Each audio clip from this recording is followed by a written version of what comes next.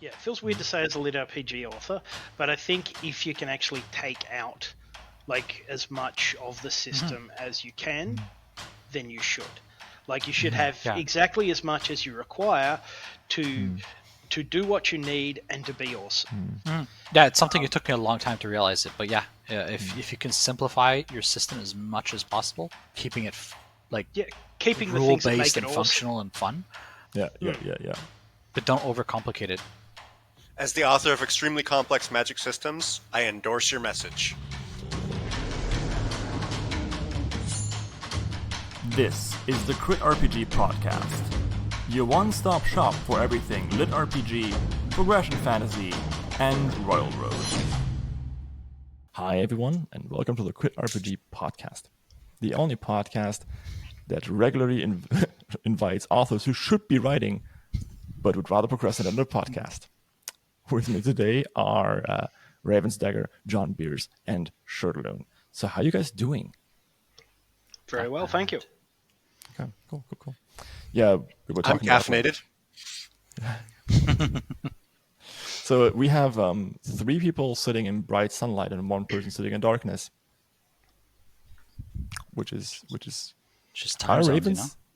Ravens are nocturnal, are they? I don't think so. No, not as far as I'm aware. This one is, but the average one, no. Hey.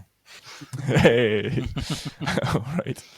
So, what has brought us to this point is a lot of circumstance, but we basically, a month ago, I had a bunch of guys over, and we discussed questions, and we talked about beginning stories. And we thought, hey, what could be cool? Questions about how to build a system. And I asked the guys I thought could be the most interesting in answering this question. And we're going to have a very nice talk today about how to build a system. Now, let me just get this right. Let me just share the screen here so everyone can kind of like also see this while we're seeing each other. There you go. So first off, how do you keep track of your system? Please help me. Oh boy. In my head. Yeah. Oh. mostly in my head.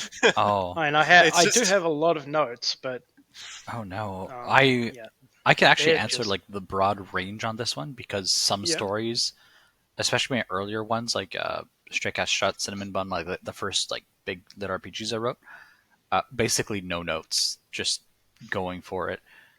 And at the end of like a document, I just have like, this is the character's current level and like experience and stats and whatever, and that's it.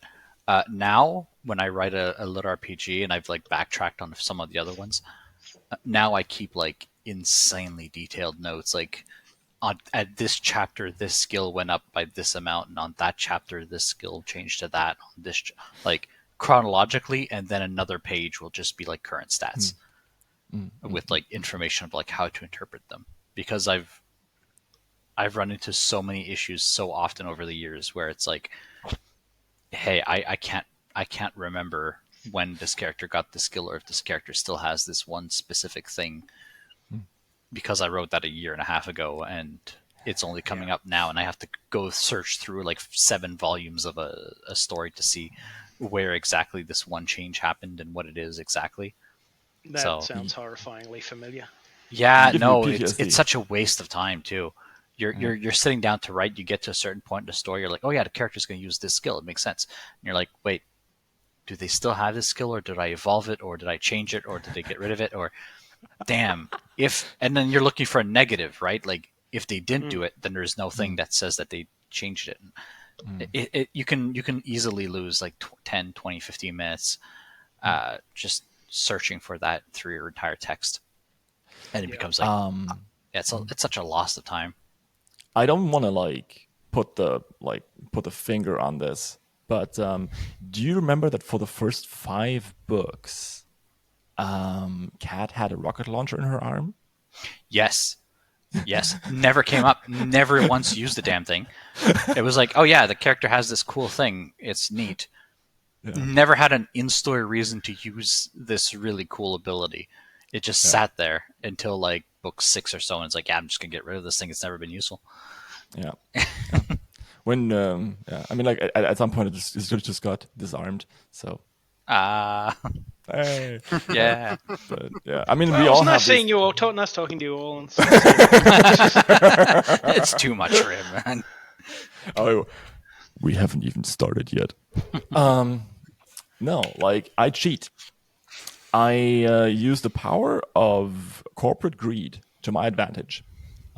And basically, I build myself a self-hosted LLM, so large language model, what people call AI, and I intelligence, and I basically have that go through my entire text, chapter by chapter, and then just give me back all stat increases, and then I put that into like a huge giant file, like annotated with like where everything, like which chapter did what, and then I can look through and see if it makes sense, and sometimes it really doesn't, and I have to rewrite entire chapters, but sometimes it does make sense, and I can actually use that basically as like a chronological like summary of when my character did what, got what, and so on and so forth. And then I can put that into a GPT or LLM or whatever you have, like Claude, and ask it like, hey, do I still have the skill? And it goes like, no. And then I have to check if it's lying or not, but mostly it's true. So I like that. Clever. It's fun. Okay, Yeah. so to be clear, your plan that involves you not doing any work is step 1 of 17, build an AI, and step 17 or 17 is see if after all of that it's lying to me. That's smooth. Yeah, it sounds effortless. Like trust but verify, right? See, I would go distrust and verify, but you sound like my I think boss. I think I have an advantage over y'all in that I'm writing just more straight progression fantasy instead of lit-RPG. Especially with Mage Errant, somewhat less so with my upcoming series, but with Mage Errant, I have these very base level different types of magic, right? Like elemental magic, like this person's got stone magic, this person's got hair magic. I get weird with the elements.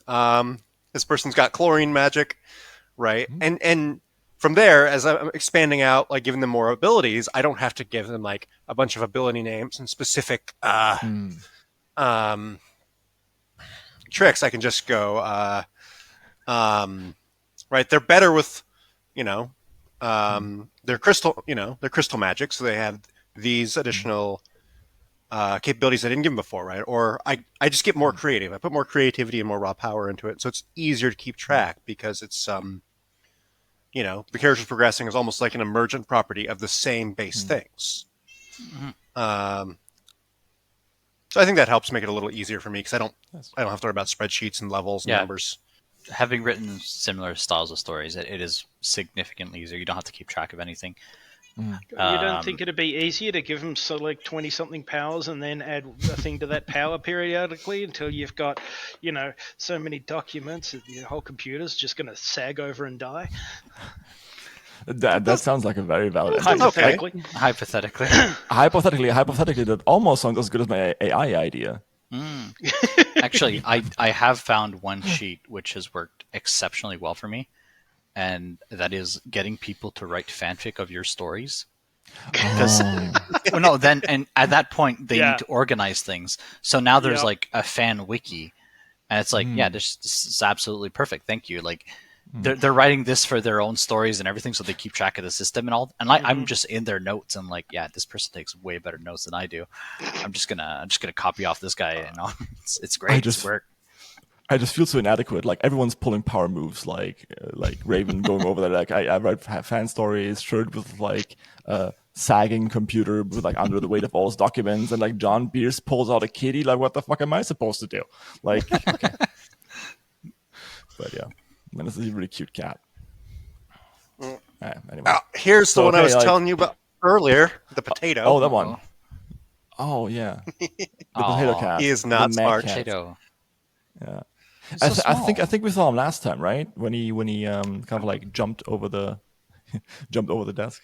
Okay, cool. I think so. I mean, yeah. that kind of like answers the question of like, hey, how do you keep track? Which is maybe the worst question to start with. But people asked it the most because I think it's a very prevalent problem. Yeah. I think it's a. Go on. Oh no, I think the answer's very much different for every person, because not only to every person's proclivities as a writer, but also to the system that they've built. Mm-hmm. Some need to be kept track of differently than others, but I think Raven keeping note of what happened and when is an exceptionally good idea for anyone who's looking to do so in the future.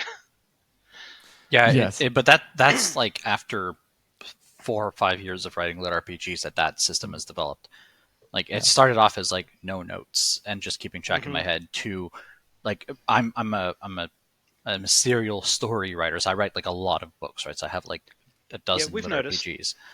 And I've tried every way of keeping track, and that one there is the most tedious and annoying to work with because you're constantly like getting off your story to go take notes. But it is so nice to just be able to go back and be like, oh yeah, this is what happened on this chapter, and like this is how the system has changed or whatever. It's just very, very practical. Are any of you familiar with John McPhee? No. He is a just absolutely brilliant nonfiction writer. Publishes in the New Yorker a lot, like writes a lot about like geology. Very good. Highly recommend his stuff. But he writes on like a 30-something-year-old computer that can't even handle a mouse. He has like a specialist who comes in. He's like in his 90s now, right? And he has this incredibly elaborate, specific. Like he's one of like 6 people that still use this specific like type of computer and program or whatever.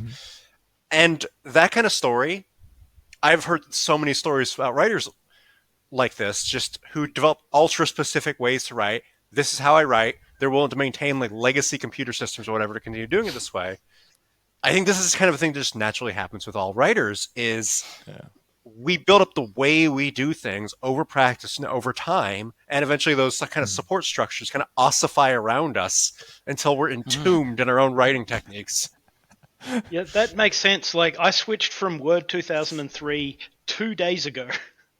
Oh, wow. What'd you switch to? Welcome.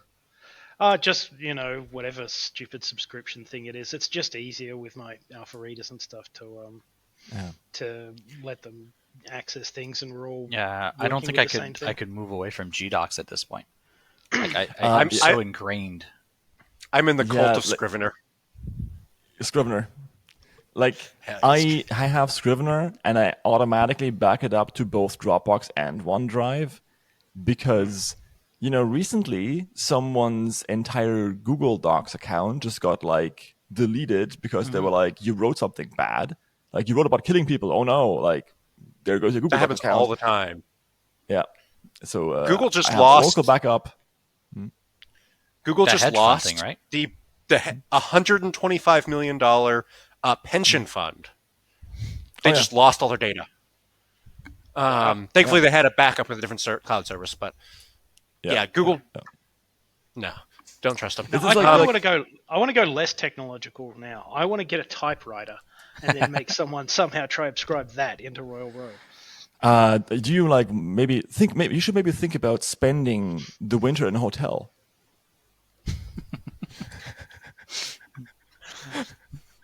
Maybe in Colorado.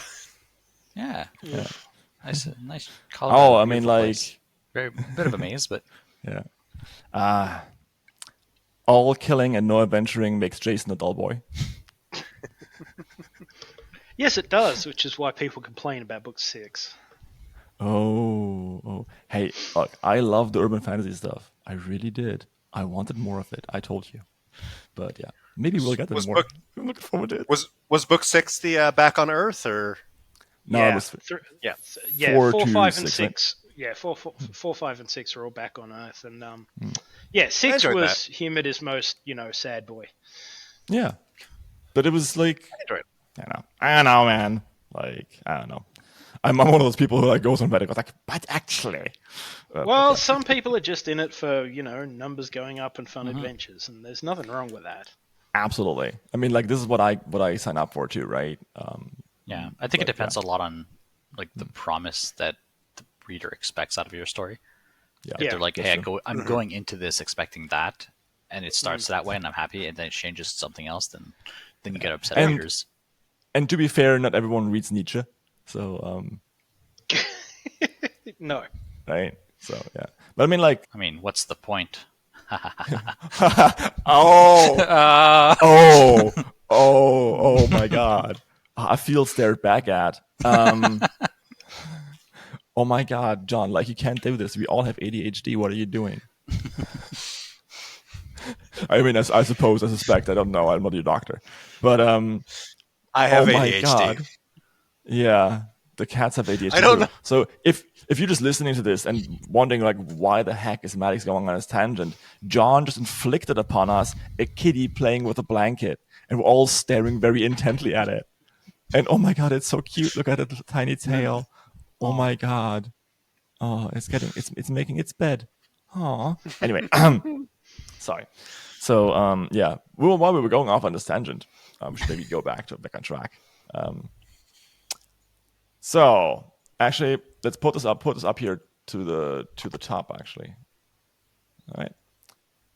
System first or story first? Depends. Neither. Yeah. No. Neither. No. Short story first. Yeah. Yeah. And you can't sacrifice your system for your story.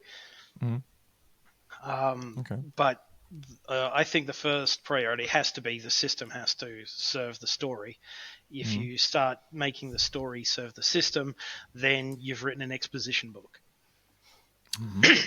I think I've done no, I think the system has to ultimately be a narrative tool. We're writing stories. We're not making games.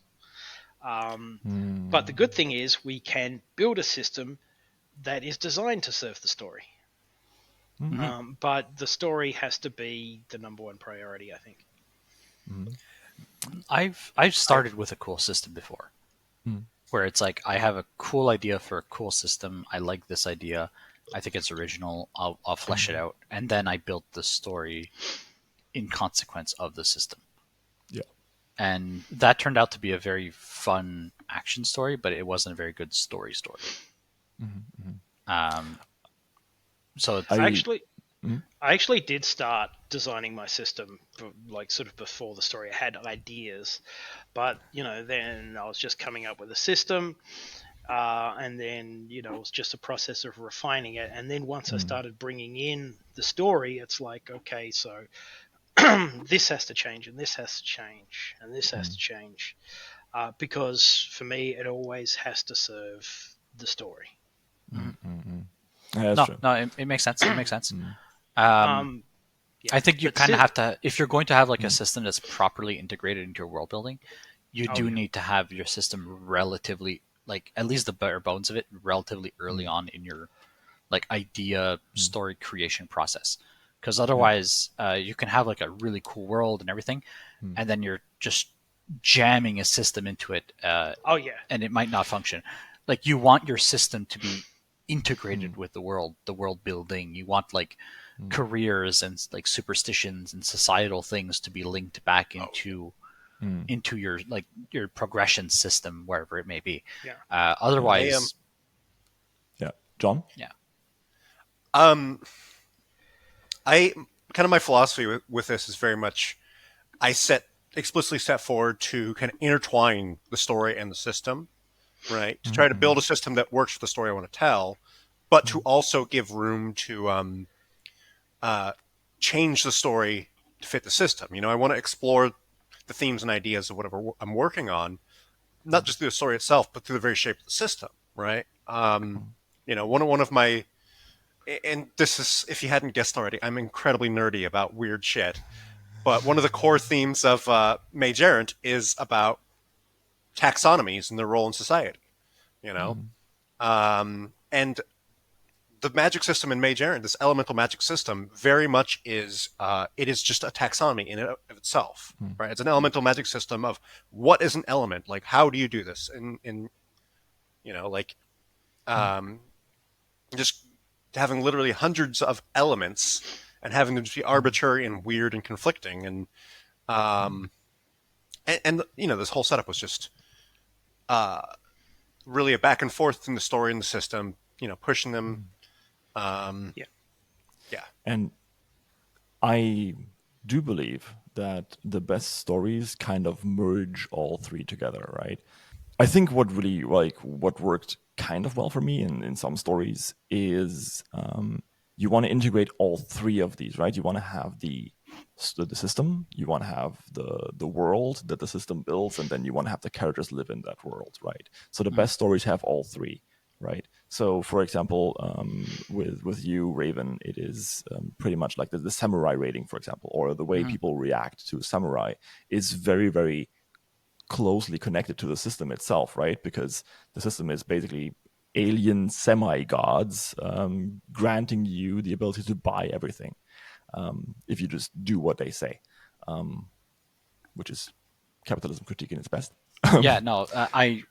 That's how Strict Cast Stress started, was like system first, where it was like, okay, I have an idea for a litRPG without stats or anything, because I don't like writing that stuff like stats. I was like, okay, I want a litRPG that's like capitalism dissolved into like a how would you make this a system with nothing but like purchasing stuff. And then I wrote that kind of backwards. It's like, oh, so you need a way to earn these currencies or whatever, and like the world building kind of just happened from there.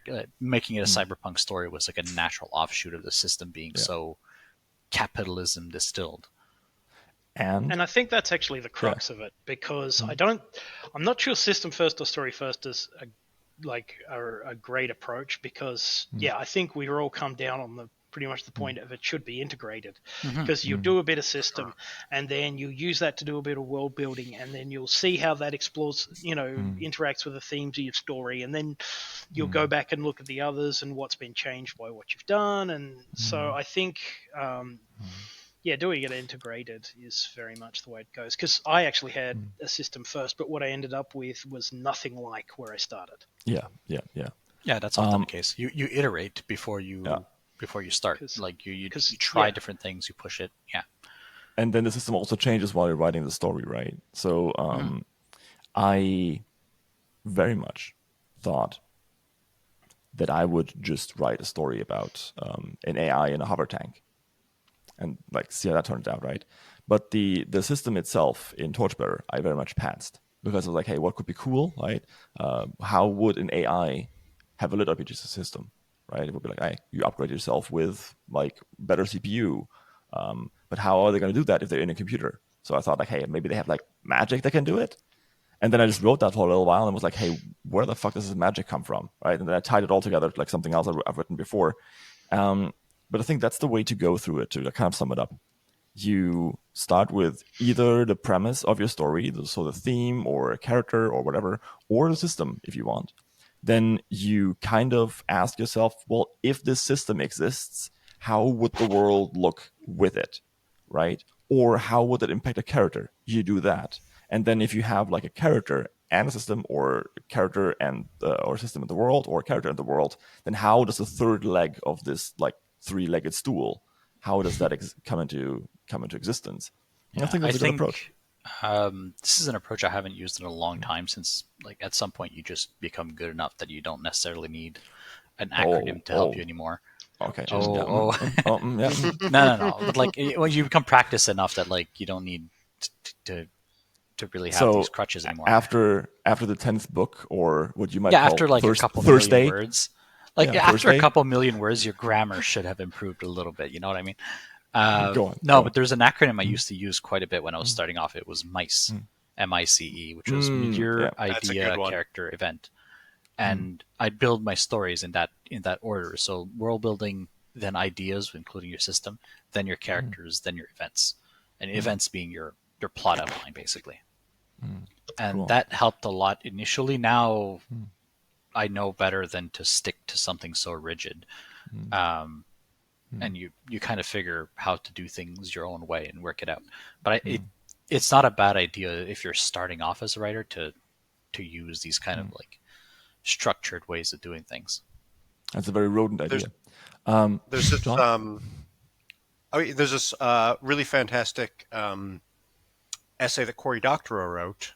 Basically, to paraphrase it, the rules don't exist to tell you what you can't do. The rules exist to tell you what's harder to do. Can you explain? Yeah, so it's just like, right, when someone says, don't use adverbs or don't use second person, right? They're not saying this because it's a strict, absolute, you cannot do this in writing rule. Although they might think of it this way or whatever. They're doing it even if they don't realize it because these things are a lot harder to do, right? There are people who use a lot of adverbs and it sounds good. I use a lot of adverbs. I don't know if I would say it sounds good, but there are people who have written brilliant books in second person. Like Charles Stross has a duology in second person. Right. And it's very much similar to what Raven was just saying about the starting with these acronyms, starting with these rigid frameworks, and then building up from there. Right. These were guides to getting through the hard parts until you were good enough to just wing it, the hard parts. Yeah, we all started out singing the ABC, right? Yeah, honestly, if you want to grow as a writer, oftentimes you'll start off with these rigid structures. But one of the best ways I've found to grow is to pick one part of these structures that you're familiar with and just break it as hard and like impossibly, like just completely ignore this one solid rule and go on with that and see how you can manage to cope without having that to help you anymore. So you mentioned, for example, don't write in second person, which is a valid thing to say because you're not going to get as many readers. It's harder to write in second person. You should definitely try it though, even if it's just for a short story or something, because it's pushing you to try something new and it's practicing something you're unfamiliar with, and you can only improve learning, from that. I kind of want to like slide into that a little bit. There's in my main job, there's this concept of shuhari, which is taken from, I think, Japanese fighting stuff or Chinese. I'm not quite sure. Please don't sue me about this. So the idea is that first you learn the rule, then you are the rule. First you learn the rule, then you embody the rule, then you are the rule, right? So think of Karate Kid. First off, like the guy just goes like, just paint the fence, right? Like wax the car, wax on, wax off. And he doesn't even know why, and he's like completely frustrated about it. But then he understands like why he's been doing these things, and at that moment, he's like, "Oh, cool! These rules are actually pretty great." But then at some point, he just does something that is not the rule, but because he knows why the rules exist, that then means that he can break them. If you are just starting out writing, and their first instinct is like, "I'm going to do everything that anyone ever said, and I'm going to do the complete opposite." Actually, I was going to say like, hey, don't do that, but actually, it might work. Just try it out, right? No, it's probably going to be awful, but if it's your first thing, it's going to be awful anyway. So you might as well. Yeah, absolutely. All right, sure. You got anything to add? No, I'm pretty happy with that. Good.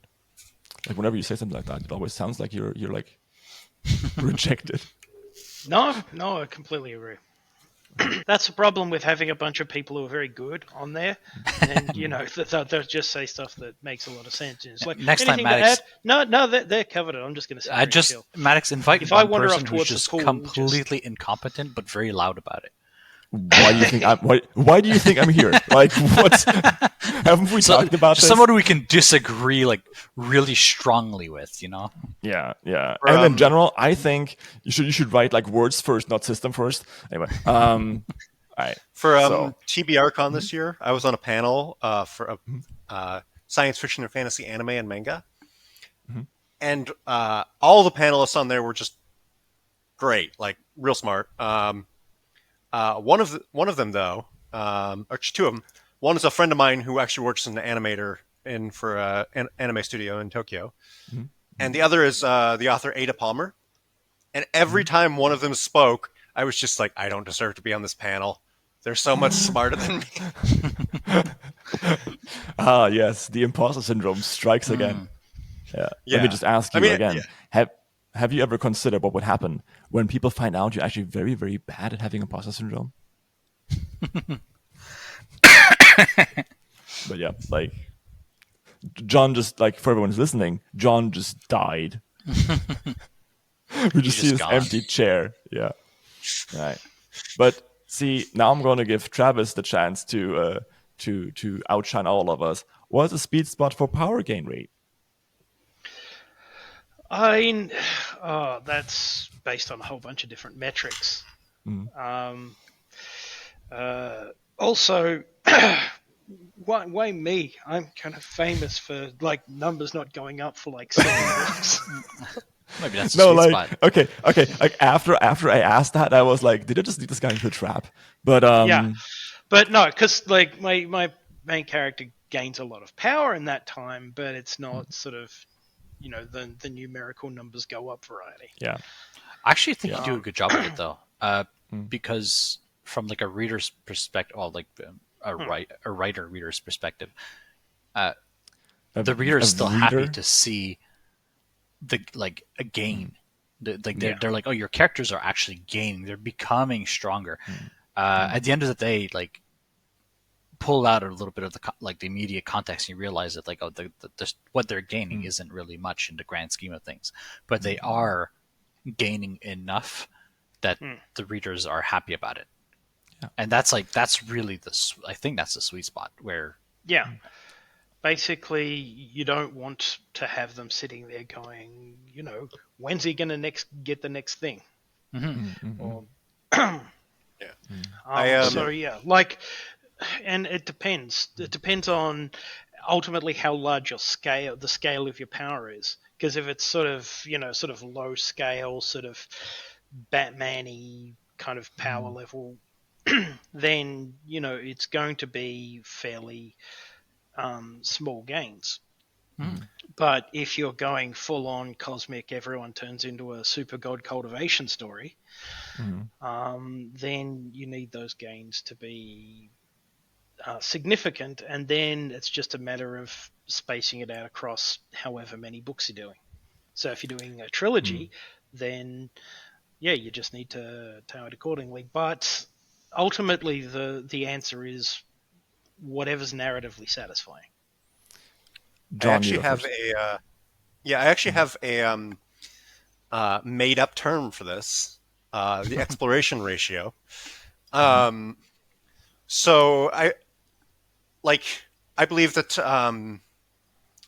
the best way to think about it is as like a ratio of acquiring power and then exhibiting it in some way, right? And then go in depth, like actually with Shirts on Start with He Who Fights with Monster, the very beginning arc, the very beginning Isekai arc is a masterclass in that, right? Naked Australian man transported to a fantasy world. Very few capabilities. Disneyland. Really struggling. Yeah. You know, acquires capability, then has to use this new specific capability to solve problems. Still in over his head, still concussed, right? Acquires new capability, gets new capability. Like it becomes this almost like video game gameplay loop or a try-fail cycle, where every time there's a new capability, right? Sure, you get Travis. You give them a chance to see them play. See Jason play out that ability, and even though it's wham, wham, wham, wham, wham, getting him really fast in order, you gave Jason and the audience enough time to see each one played out and used. It was really good, like foreshadowing to completion ratio. Yeah, there's no point having like a half-page list of all the various skills you've accrued if you're only going to be using 3 of them in the action. It's just a matter of giving them abilities at the rate they're actually going to be useful to them. Yeah, and it's something you said, John, about video games really brought me back to 2 things. Like whether it's a Metroidvania or a good Metroidvania, Or my favorite example of this is the new is the Doom reboot that they did, where they give you the BFG, right? And the very next room is full of monsters and BFG ammo, right? Because they want you to just go ham with this thing, to just see what it can do, to have some fun with it, yeah, sure. To also like, no, maybe you won't always be using the BFG because it will also be kind of boring. But yeah, you can now annihilate like millions of monsters with one click. So yeah. Mm-hmm. Generally speaking, with regards to like the sweet spots, I think you can easily divide it into like 3 areas in a story. So you have the beginning, like John mentioned, like the beginning of Who Fights with Monsters is really, really good at that, where you're gaining powers very quickly. Your rate of gain is rapid, but also as the character is gaining powers, you're explaining how the system works at the same time. They're figuring it out, and this is very entertaining for the reader because, like, oh, you're powering up. But in the context of the greater world, the powers that the main character is gaining in that period of the story are generally relatively weaker abilities and stuff. They're cool for the reader because it's new stuff, new information, it's new content. But in the greater scheme of the world that you're in, this is like really minor stuff. But you're gaining it very rapidly to catch up to the general populace or whatever. And then I think the second phase is more the it's the one I like. I like when my stories are stuck in that sweet spot. It's when the characters are a little bit stronger than the average citizen. Like, not necessarily overpoweringly strong. There's still going to be like really, really strong people out there that are like leagues ahead of them. But the characters are at the point where they can actually make a difference in whatever community they're in. They're strong enough to go out and fight the monsters or complete the quest or save the princesses or princes or whatever. They're at that level where they can affect change, and they're still growing in power, but it can be very, very, very slow. It doesn't need to be like a very quick rate of growth because the entertainment now comes from seeing them applying their slight edge over a long period. And I think the third sweet spot is when your character just becomes that overpowering, extremely powerful, over the top, godlike, or whatever, like whatever is at the top of the power scale. When your character reaches that level and the power gain rate is like basically like the tap is shut. There's no new power to gain. It's just exercising great power to do great things. So I think you have these like 3 areas in your storytelling cycle that are very fun for the reader. And there's like gaps between them that are kind of hard to traverse. But once you've reached one of those areas, it's like a really nice sweet spot to stay in for as long as you can stretch it out. Pretty long, as it turns out. Yes, no, if you're in that middle sweet spot, you can stay in there forever. He Who Fights with Monsters, I think you've been in that sweet spot for like 9 books or whatever, right? Where it's like, yeah, he's stronger than the average, but he's not like overpowering yet. He's not a god or like whatever. Cinnamon Bun, same thing. It's been in that sweet spot for like 8 volumes now. Yeah. It's a nice space to be. And like the thing is, you can't have agon if there's no struggle, right? So agon being like the Greek word, the old Greek word for like struggle, for basically what makes stories work. That's where the word protagonist and antagonist come from. So if you are like literally a god, and I think I talked to like I think it was Zogoth who I talked to about this, and he was like, yeah, at some point like Jake will just like shoot an arrow through the sun, and the sun will explode, and he will find a new sun to like shoot arrows through, right? Because you need to have an antagonist, you need to have something to struggle against, because otherwise there's no story. Exception here being like stuff like heretical fishing or Beware of Chicken, right? Where it's very, very cozy, but even there, right? So just because I'm reading Heretical Fishing right now, it's like, oh no, what are we going to do? Fisher no longer has access to coffee. Oh God, what are we going to do, right? But this is like super, super, super low, like on the stakes level. Yeah. But yeah, one of the best places to look for when you reach that peak, when you have the OP badass, right? One of the absolute best places to look for inspiration, I think, for people progression fantasy litRPG authors is actually Superman. The best Superman stories are not about Superman fighting whatever superpowered jerk, right? The best Superman stories are all about Superman struggling with his own power, about struggling with his role in society when he believes in both, all these really strong moral stances, and also just has this much raw power. Like stories like All-Star Superman or Superman Red Sun, right? Yes. It's fun, yeah. And this becomes a thing. Also, basically, you're switching against at the peak of these stories.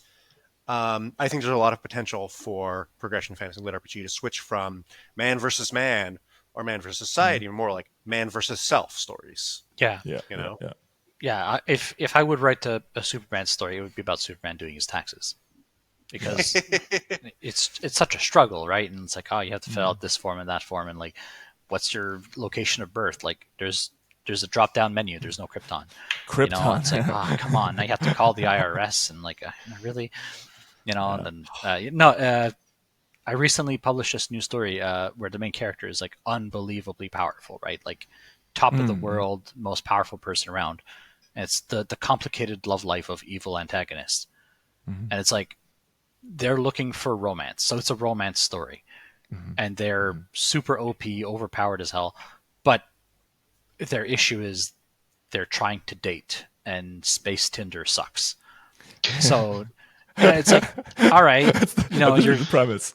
Yeah, that is basically the premise. It's like, they're trying to figure out how dating works, and they're very strong and very overpowered, but it's not helping them. You're bringing an out of context issue into the context of somebody having a lot of power, and it doesn't necessarily help them, and it makes for very funny scenarios. With that story, I have one criticism though. There's an insane clown posse, and you still haven't explained how magnets work. That's true. I haven't actually figured out how magnets work yet. I'll get back to you on that one though.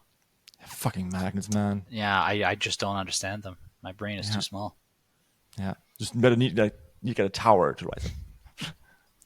This entire sweet spot about character growth is interesting, I think, because I don't know. I'm thinking about One Punch Man, right? Which is also kind of like what you were talking about, Raven. Because the entire plot about One Punch Man is about finding purpose. Right? You are the strongest person. You can kill everyone in one punch. That's the entire thing. So what do you do now? And there's this documentary, or live acted documentary kind of memoir of the guy who, I forgot which movies he did, but he was in the National Lampoon. He wrote Board of the Rings, and then later on he died in a either canyoning accident or he killed himself. No one really knows. Really big comedian. And there's one question in there. It's what do you do when you've written the best movie of all time, best comedy movie of all times, and then you've written another best comedy movie of all times, right? Where do you go from here? And I think that this is problematic for not just characters in books, but also, for example, I don't mean this as a joke. People like Patrick Rothfuss and George R. R. Martin, right? Who have this huge acclaim, and then at some point it's hey, how am I going to write book 3 Doors of Stone with that much pressure behind me? Everything I do can just be worse than the first two, because people have they have rose tinted glasses, the thickness of Orlando. It's, I don't know. We should go to the next question, eh? Sure thing, eh? Actually, can we pause for a second? I'm running low on juice. I may need to go plug in my laptop. You're gonna go into the jungle and get some oranges and just juice them yourself? Something like that, yeah. Just be a sec. I'm really gonna grab a coconut water and a cat. Coconut water and a cat. All right. That sounds like a thing. We're just gonna all abandon Madix. I'm gonna stay here. You feel bad leaving you alone. Thank you. you. No, I don't. Yeah. How are you doing? How's I'm life? okay. I have a friend coming over at 5. But yeah, like Busy day. thing is like, I'm doing 4 full-time jobs right now. I'm doing the author thing badly. I've written like 1 chapter last month and like 3 chapters this month. My biggest problem is that I like my job right now. That does make it harder to ditch it and not pay attention to work and do writing on the side instead. It's kind of very hard to like balance this entire thing, because like my issue is that it completely fucks my writing schedule, because my writing schedule is I get up, I drink some like protein shake or whatever, and then I type, talking about my daily schedule. So right, I drink my protein shake, I get up and I write. But right now it's like I have all this other shit I have to do, like I don't know, like get the deal done for Alex. I've been cutting down my writing so much lately because there's so many other projects that have been taking up time, and it's just unbelievable. It's like I need 8 hours not uninterrupted, but I need 8 hours in a day to get my daily writing done. And if I want to get like any other projects done, like I'm working on a board game right now. That's like an hour a day at least. I'm working on like one thing and another thing in the other project and like some side stuff at the same time. And it's like, okay, but these are all things that take hours that I don't have. Yeah. So even cutting back, it's just it's like success kind of like shoots you in the foot. Yeah. Oh God. I have more one more adorable creatures. An orange one this time? Yeah. This is like Seth, Seth, I have like a closet full of cats. We have 3. This is Seth. He is perfect and well behaved and the best. Oh, he can do no wrong. Right. Anyway, so end of bracket. How much time would you put into your system for 1 books versus 3 and 10? I think this one was from Haylock. Oh no, wait, Sean, I think. Still, that's presuming that you actually spend time actually thinking about that before you start writing. Because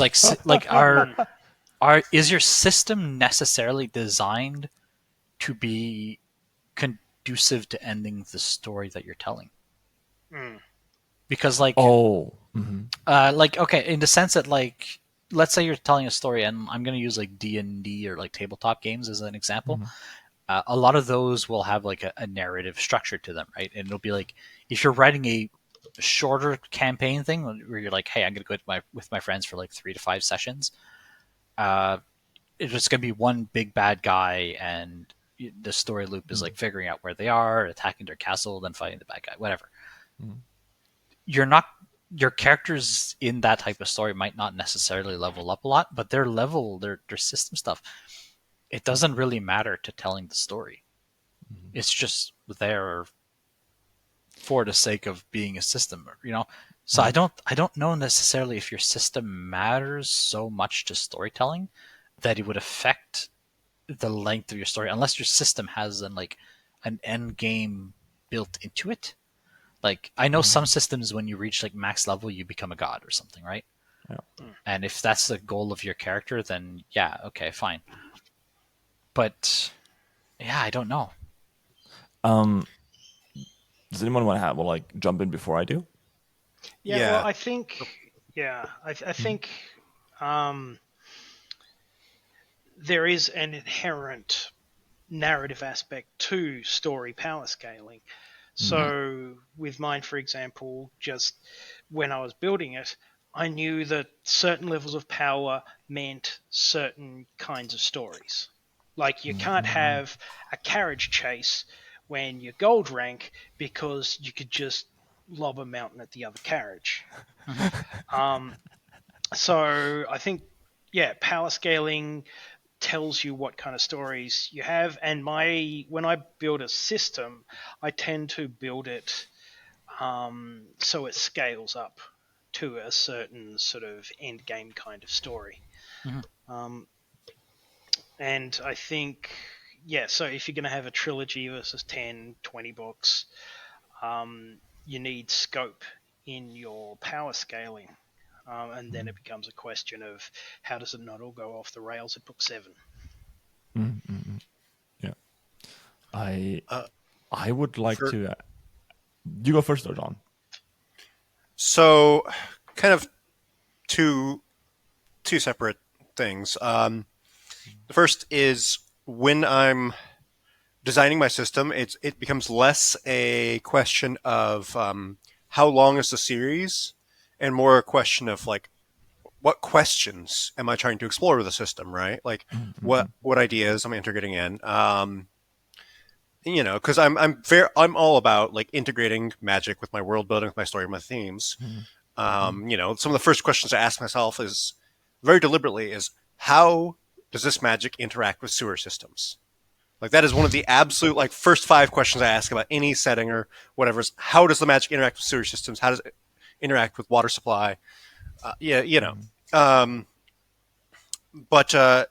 becomes a thing like how deep am I trying to explore with this magic, right? In my standalone epidemiological novel, The Magic of the Rack, the magic was just basically a medical tool for most of it, medical communications tool, right? And so I built some very relatively simple basic principles for it. When I need to add a little detail, a little nuance, but it was pretty simple at its core. Your eye removed, replaced with a gemstone, you can see into the spirit world. With my current series, it is the external complexity is pretty low in terms forward. The internal complexity is a lot higher, and the applications are extremely convoluted because I'm exploring like an economic system that's entirely based around this magic system and having like a prayer futures market and all this crazy nonsense, right? And so even though it's only going to be a trilogy, I'm putting a ton of work in developing this magic system because I'm trying to ask so many questions with it. And so it's less length-based, more density-based. That's a fair point as well, because like if your story is about exploring the system, then you're going to want a more complex system. Whereas if you're just telling a story and there happens to be a system in the background, then your system doesn't need a lot of depth. It just needs to function enough that you can tell the story that you want to tell, and the system was going to be there in order to enable you to tell that story. For a more character-driven author like you, Maddox, the going as far as I do on a system could potentially be really counterproductive, right? Unless that the system's allow you to explore character even further. I kind of slingshot. The other kind of thing I want to bring up, this is just a little kind of fun trick, is what I call it like emergent systemic properties. I need a better name, but basically design your system with just this core functionality mechanic, but give room for fun tidbits to grow off like branches. Like, oh, here's this weird side discipline that's kind of limits the use of the system in some ways, but is really cool for niche applications. Or here's a really unique way to think about and use and practice the system that doesn't change it fundamentally, but it's a weird quirk, right? And just letting yourself create like tree branches off your main system like that will allow you to expand it widely as needed for flavor or for plot or for whatever. He cut off. I think it froze. Yeah, he froze. Yeah, I think so. Lost connection there for a second. So his cats were secretly plotting in the background. Their wrath has been unleashed. Yeah. So I mean, like you were saying, right? So the whole like leave off branches, and this is kind of how I did my system at start, at least. I just was like, hey, I want to write about a woman who's stuck as an AI, and like everything that she lived for is long gone. Right? So how do I do the system? Well, it's a new ad. If you are interested in having your story shouted out on this podcast, please reach out to me under critrpg.podcast@gmail.com. But in the meantime, why not check out the old version of my book Torchbearer? You can find it on Royal Road, and there's a link down below. Otherwise, thank you very much for listening and or watching. and I hope you're enjoying the show. I wrote just the idea of like, hey, have like the system and she can upgrade it, and yeah, she has like magical powers, she can like advance technology, fine, whatever. And then I unfortunately had to think about it. And then then like what John said happened. I kind of had to think about, okay, so why does she have this power? Where does it come from? Where does it go? Cotton Eye Joe, right? So then what I loved about this thing was I could just like add stuff. I could just add stuff. Like, would it be cool if she got X? Yes. Would it be cool if she got Y? Yes. But what I've basically ended up with is like two interlocking magical systems. So one is magic, which is what the mage lords have, right? They can do literal magic. They can ride dragons and like have griffins and all this kind of stuff. And then on the other side is the whole like technological aspect. While she was still like in her human form, everything was fine, right? Because you just make a laser rifle, and it's like basically like a support magic-ish, right? Make a laser rifle for your people, and they shoot at the dragons with laser rifles. Makes sense. But now that she's actually like in a computer and her entire like existence is digital, she can modify herself, which she couldn't do before. Every time she tried, it kind of like hideously mutated everyone he should like put this power onto, right? Because like there's too many concepts in a human body that you just can't think of them all, and they just all like collapse. But now the question is just like where she go with this, right? And what can she do with it? And also now that the entire magic is like everywhere, how has it affected human life, right? So what happens to a society where objects just like randomly advance in technological levels, right? How does this look like? And I'm really looking forward to exploring it. I have some ideas that I want to write about, but this is what I do. I kind of like explore the world together with my character because that's what's fun to me. Works super well in Torchbearer, doesn't work so well in Band, but we can talk about this later. Because like Band system, I still haven't gotten a handle on. Not even after like 30 chapters. Honestly, for shorter stories that you're not aiming to go big on, I find that the best thing might be just to not have necessarily a system. Like if you want magic in your story, just have magic. Like what they have in like typical magical fantasy stories isn't necessarily like a system based thing. It's magic that has like a few rules or whatever, but it's just a magic. I find that works probably a lot better for shorter stories where you don't necessarily want to spend pages and pages exploring a system. I think maybe that's like the Sanderson effect, right? Because we've all been trapezing around this fact. What was his 3 rules again? Like the more complex the magic system, the more you're allowed to use it to solve complex problems. Yeah, something like that, right? Yeah, something to that effect. The better the reader understands it. Yeah. The better. Yeah. Because like it's a very good axiom to think about. Yeah, it's a good balancing system for that. A lot depends too on the narrative role of your system, right? Like, I tend to use my, my non-litRPG but very crunchy, complex magic systems to do things like puzzle fights. Have you guys seen like Hunter x Hunter or what's that anime with all the really buff guys? JoJo. Buffy. Right, they have a lot of puzzle fights where people have these capabilities, and you're figuring out what the gimmick for one of them is, or how one's going to use their weaker powers to beat the stronger character, right? Yeah. Or I often do very envision like applications of magic. It's like Agatha Christie like mysteries, where it's just like you're using the principles of magic to figure out how did someone do this thing, or how is someone yeah. I love that. I love all these puzzle fights. I love them to pieces because, like, for me, those are A, fun to write, and B, they're the best fight scenes you can write, right? So because like John Wick 1, super fun because he kills people in like so many fun ways that you haven't even thought about. But in like John Wick 3, it's like dog bites person, John Wick shoots them. Dog bites other person, John Wick shoots them. Like it just gets repetitive. And I think the best fights are the ones where the characters use the system in ways that they couldn't do before, either because they didn't think about it or the environment wasn't right, or they didn't have the capabilities. And I think this last thing, right, they didn't have the capabilities, that is almost unique to litRPG, right? Because like you gain level up, you just have a new skill. You can intrinsically do a better thing, right? So Travis, for example, like if you're gold rank and you have the reincarnation power, right? You can suddenly do like kamikaze attacks that you couldn't do on silver rank, right?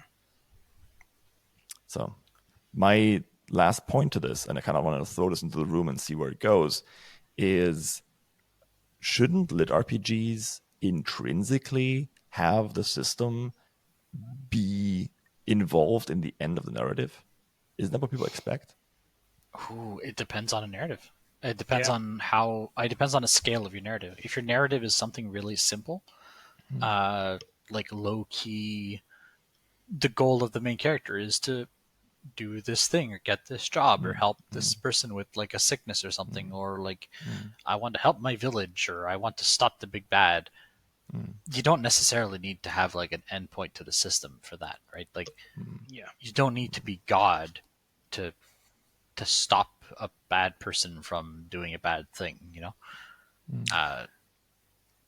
I don't think you. Full Metal is a good example. Full Metal Alchemist Brotherhood. The ending of that is an explicit rejection. Without spoiling it too much, it's the ending of that is not based in the magic. The ending of that is very much based in character, in humanity, and So I don't think they basically reject the system at the end. And they're like, no, exactly. And I would posit that like this is a good quote unquote lit RPG, because in the end it's about the conflict we talked about. It's like man versus man versus nature, and that is like man versus system, right? If you're looking at, for example, Edge Cases, one of the Silver Linings books, that is like people versus system, because the system is breaking and everything's going to fuck because of it, right? So because it's an allegory. Yeah, I think you can use things like in a few different ways. I've tackled this a few ways. Spormageddon, the main character, is given access to the system explicitly to take apart the system. And it's like, your goal from the beginning is to destroy industrialization. So that's like the main character's goal. So they're gaining power for the sake of destroying non-magical systems and like taking them apart. And then like stuff like Stray Cat Strut, like there's a system in that, but the system is like, the end goal of that system is to defend people. Yeah. So like, even if you've reached like the really high levels of power, there's always more problems that you can solve. Yeah. So like, I don't think your system necessarily needs an end goal for the system itself. Your story definitely should aim towards one. Yeah. But not necessarily your system. Yeah, I think the system's involvement very much comes down to the origin of it. So, in a lot of lit RPGs, the system is just more rules for how the world works, like gravity, and, thermodynamics. So, in those, you don't really need to have the system be integral to your conclusion. But if you compare it to something like, say, Dungeon Crawler Carl, where the system is antagonistic, and it's the system of oppression that he's determined to rip down, then that's something where you want the system to be more integral to the thing. So a conclusion might either be trying to bring down the system or to prevent an antagonist from bringing it down. No, that's a good point. Yeah. And like, it's if you're breaking it down like to the basic root of it, it's again the question of like preserving the status quo versus disrupting the status quo, right? What's your main character's goal? Like either like destroy a system that they perceive as unjust, and this is like true for all stories, or preserving a system that they like see as just. Like Stray Cat Strut, very much the latter. Dungeon Crawler Carl, very much the former. Yeah, right? I mean, it's all about theme. I mean, because if you're using your system as an analogy for another system that's maybe not ideal, so capitalism,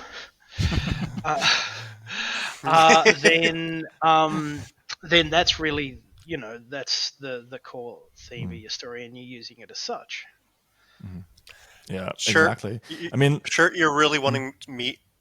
Shirt is really making me want to write a socialist progression fantasy or lit RPG called Seeds as a Means of Progression right now. oh, John, you have to do this. Like, Oh you God! Yeah, no, that's got my oh my cold God, firing already. I love that. yeah, like this is good. This is good. Let's go. Let's fucking I go. mean, all my Yeah. shit's basically socialist as hell, anyways. So Yeah. But I mean, like you could have like the ghost of communism haunting people. Like it's could be so good. Oh my God, could be so good.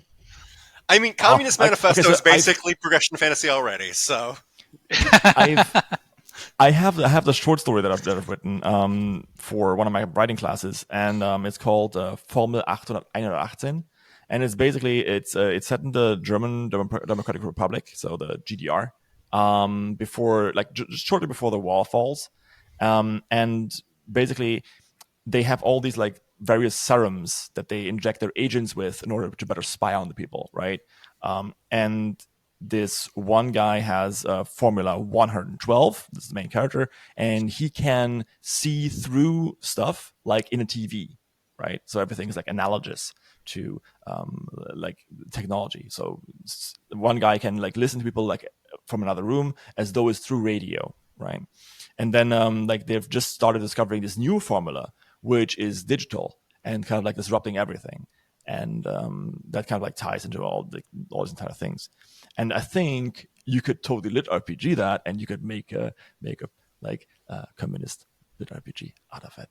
That would be fun. Honestly, sell well at all. There's a lot of room for systems in lit RPG that are analogous to other real world things that haven't been explored yet. Like you just mentioned, like digital and analog. I would love to see a lit RPG where the main crux of the system is that the system is changing from like an analog system which functions with like maybe stats based. It's like a bit more like hard coded to like a more digital system. And you might maybe enjoy people are pushing towards one or the other, and like they have a choice in the system that they use in their lit RPG, and you kind of have a conflict from that like standpoint of like, oh well, this one is better, that one is better, and you can make it analogous to like the progression of technology and whatever. You can use lit RPG systems as an analogy for a lot of things, I think. And it's something that's slept on quite a bit because it is complicated and it's not necessarily going to be the most fun thing to read when people are looking for big guy punch person face. It's not that. Okay. Right. Last question. What is the most important part of the system? So I have an answer with a capital A. Okay. I wish I could pronounce capital letters, but I can't. All right. So a while back, I did like I taught this like online class for a short story magazine about designing complex magic systems, and kind of one of the things in there is it's what I called the core mechanic paradigm, right? And basically, this is what is the engine driving your magic, right? The class, and I pulled up my notes just now, but so the classic one is the cost plus action equals result, right? You pay some cost for the magic, you take some action, and you get a magical effect. So in my series, it's like you create a spell, you envision a spell form in your mind's eye, you put the mana in there, you get a spell effect, right? And this is kind of the classic thing, and you see it again and again and again. Maybe if it's your committing human sacrifice to get some magical effect, doing your chores. As you do. Yeah.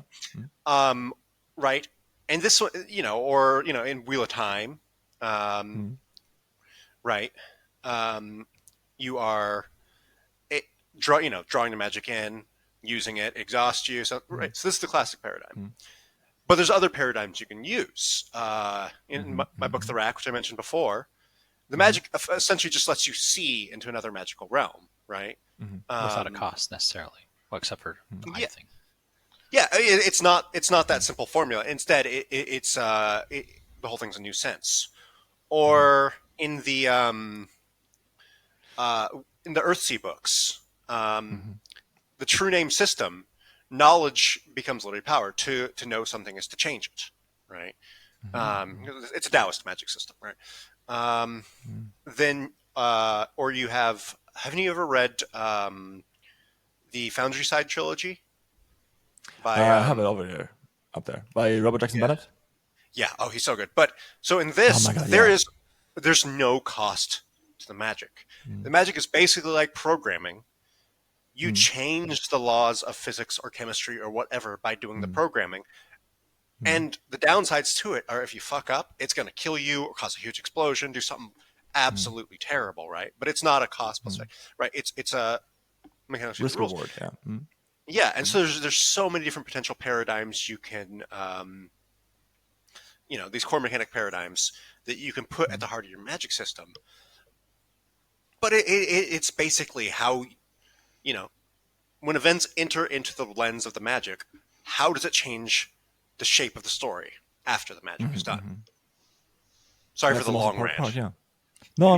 Like that's what we invited you here for. So I don't have to rant as long.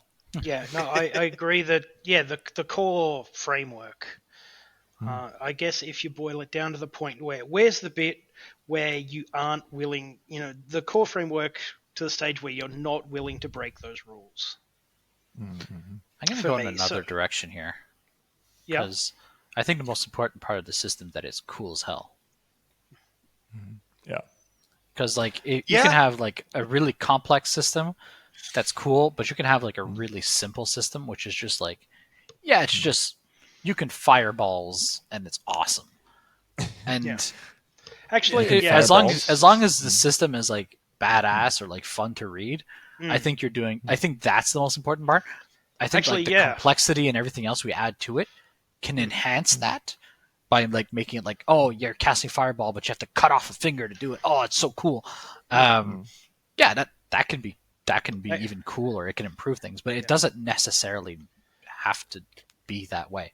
So actually, I think I'm totally start off by having something that's just really awesome, and then work on your rules and everything else. Like you mentioned Full Metal Alchemist earlier. That system is so cool. Touching hands together, they're doing things, or writing formulas on the ground, and it's doing cool effects and everything. And it's got rules, and it's got chemistry, and it's got all sorts of complex things working into it. And it's but at the end of the day, by punching people. At the end of the day, it's really cool looking though, and that's it's visually enticing. And if you were to read a story that has that magic system in it, it just that just feels cool, and there's explosions and there's lots of actions and everything, but it can also be very subtle and complex. So I think that's the most important part. It has to be cool. I think that's right. I think the most important part is it has to make the story better, more entertaining, more exciting. It has to add rather than be something to get through. To actually get to the story. And to make it cool, you might want it to be complex, which that's totally fair. I am rewriting a story that I wrote a while ago. And what I'm doing right now while writing it is I'm just removing all the litRPG segments. Because I realized about 3/4 of the way through that they were unnecessary for the story. The magic system in that story, Heart of Darkness, is one of the coolest I've ever written, I think. It just works really well, but it didn't need levels and skill stats and all this. That felt like it was interfering with the I'm going to cast giant fire aspect of it. And it was this is not adding to the system's interestingness. It's just a level of complexity that I have to explain every time, and it's not improving the story necessarily. Yeah, it feels weird to say it feels weird to say as a litRPG author, but I think if you can actually take out as much of the system as you can, then you should. You should have exactly as much as you require to do what you need and to be awesome.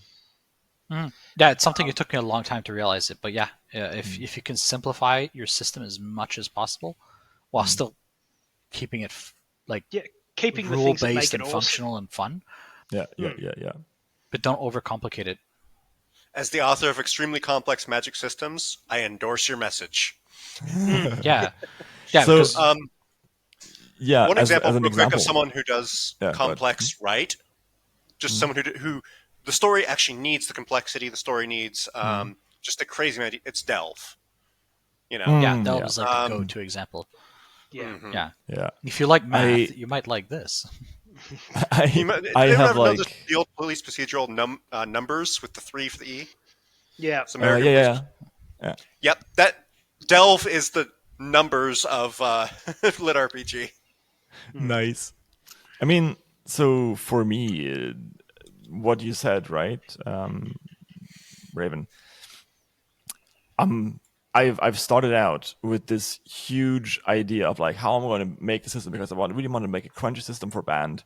It doesn't work at all. The story doesn't need it, right? Yeah, I have if like the all story these doesn't need it, ditch it. I have all these XP numbers, and I'm just gonna like go through them. And I'm gonna delete them all, and I'm going to be using the old trick that I first read in was it Book of the Dead?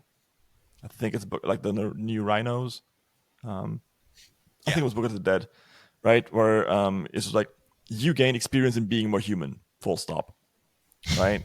So like you have interacted with other humans. Now you are a better human than before. I need that, right? I don't need to like have any numbers in this. I need to have like you got better, and then maybe I can even like put stats in, but never have a stat sheet, right? Because in the end, the stat sheets they don't really do much in that story. Yeah, so, yeah. they're really good. Stat sheets are really good if you have a writing quota that you have to meet. Like I have to write like 2 chapters a week, and you're like, shit, I don't have time to do all this. I'm just gonna make a stat sheet chapter. It's gonna be like 80% copy pasted from the last one. A couple of numbers are gonna go up, and you just saved yourself like 4 or 5 hours of writing time. You can play video games instead. But I thought Shirtaloon's laughing because he's done. Okay, okay, I'm right. I thought this is what you. I thought this is you doing this to like torture the audiobook readers. Oh right, yeah, that is something. It is rough on the audiobook readers, yeah. Yeah. My He says like sneakily staring at his drink. I don't think I've done like equivalent to that is describe a new location. I can just go on autopilot when describing locations. I love describing locations. Oh yeah, that's great. You just arrive at a new place. You're like, I'm going to spend like a whole chapter just telling you about this place. I love going on rants. Write mine, please. I can write dialogue for you, please. This grass is going to be sun dappled as balls. Yeah. Oh, that sounds so great. Sun dappled. You want 2 words for that one, not one, because that's yeah. Oh god. I love going on these like world building tangents where they're a lot of fun, but it's like, hey, I'm going to go for like a chapter and a half here about the economic repercussions of this magic system. I have deleted so many pages where I'm just going, well, here's a good, this is a perfect segue into this aspect of the world building. Wow, that's 2 pages that 100% derailed my pacing. Delete. Oh god, oppositely, you can do this as a character written driver, as a character driven writer too.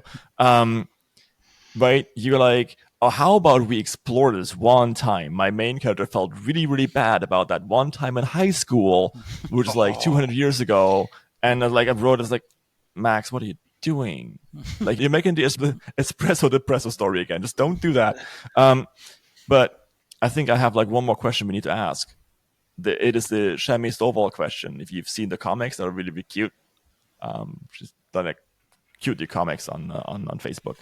And that is creamy or crunchy? Ooh, creamy. Crunch, crunch, crunch. I think you should apply the level that's necessary to the story that you're telling. Yeah, that's the correct answer. What's your boring personal answer, take? but it's the boring correct answer. Yeah, that's Yeah, absolutely the, the right one. Yeah. I don't know. I guess I lean more towards crunch, like simple crunch, but yeah. I mean, it comes down to what you're looking for, because like the harder and crunchier you go, the more you can sort of play around with what you've got and sort of delve into the systems. And I think that's largely where I fall. But I also definitely see the appeal of something that's a lot softer, and it lets you bring them like a real sense of sort of mystery and wonder back into your magic. That you can still have that when things are really crunchy, but it's also the more rules you have and understand, then the more you can play around with that. Whereas, that sort of sense of exploration and, a vast unknown world, that magic where you don't know all the rules. So my favorite morning treat is something that Americans and just don't have. Like we have like these very, very crunchy like bread rolls here in Germany. We call them little bread, Brötchen, right? And they're very, very crunchy, and they're like on crunchy on the outside and very, very soft on the inside. It's like whole wheat, nothing else. But I love these with a little bit of like Nutella or whatever, right? So this is exactly the level I want. I want soft at the top and then crunchy at the bottom. This is what I want. Because, for example, in band, it's super important that the system actually makes sense. It has very, very strict rules. But I don't necessarily want the reader to know this until the very end.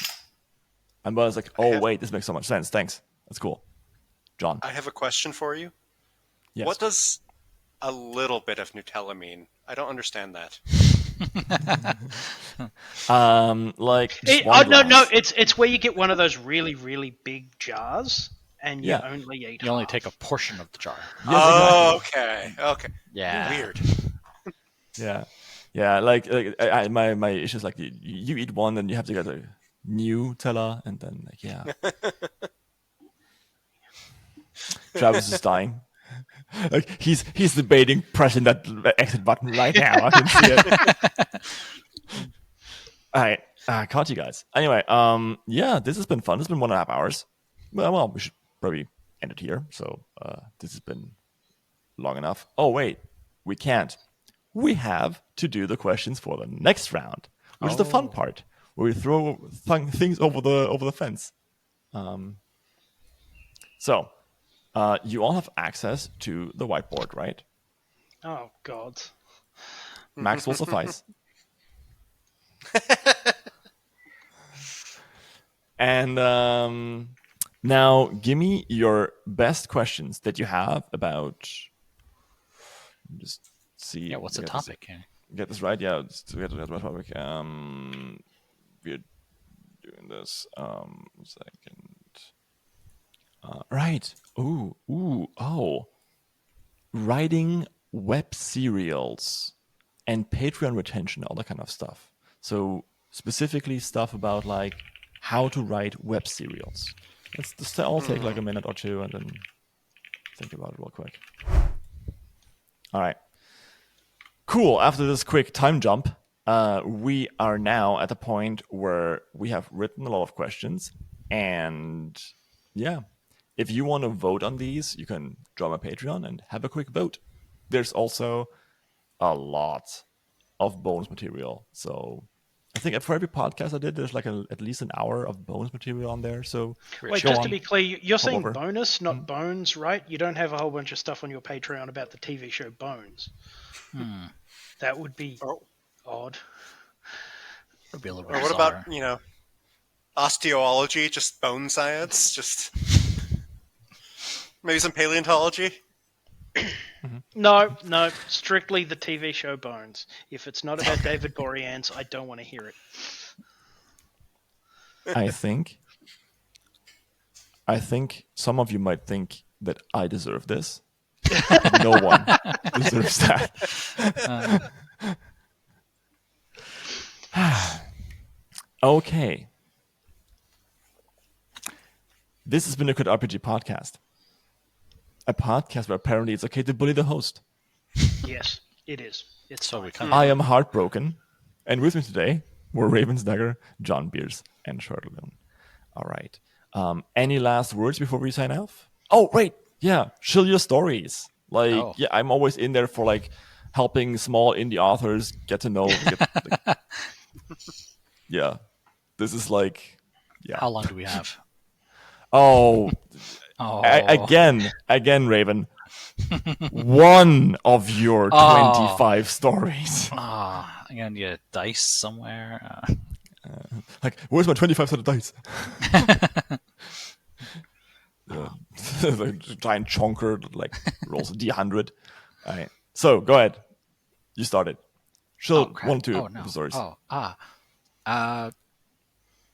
Complicated Love Life of Evil Antagonists is going really well recently. That's a fun one. Nice. It's a comedy-ish thing.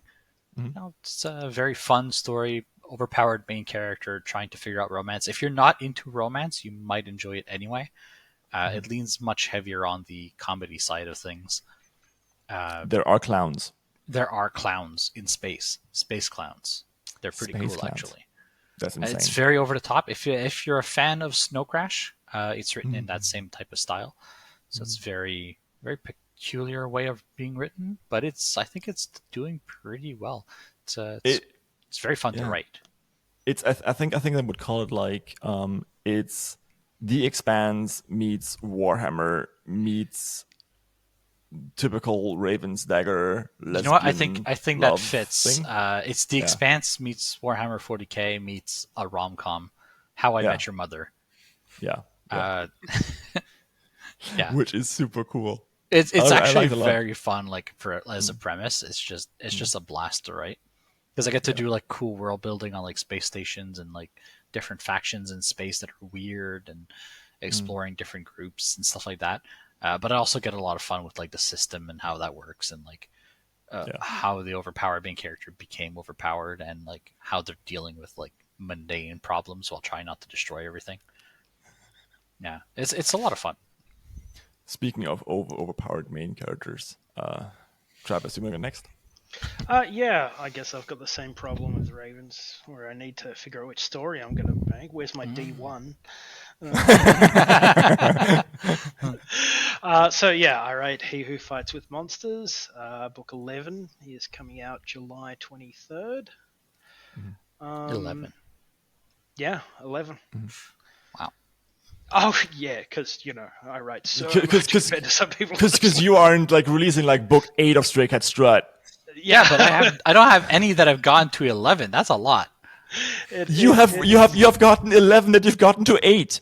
Well, that doesn't count. It's not the same. But book 11, it's fun. It's fun. I'm somehow still going. It always ends up taking way more than I think it will, but 11 and going strong on July 23rd. So, if you have read the first 10 or listened to them, then please get it. If not, I would highly recommend starting earlier in the series. Yeah, starting at 11 might be a little bit rough. Yeah. I'm still waiting for book 11 because I want to get to 10 and 11 at the same time. Yeah, that is 11, not one twice, making you extra likely to read it first. Great. Okay, John.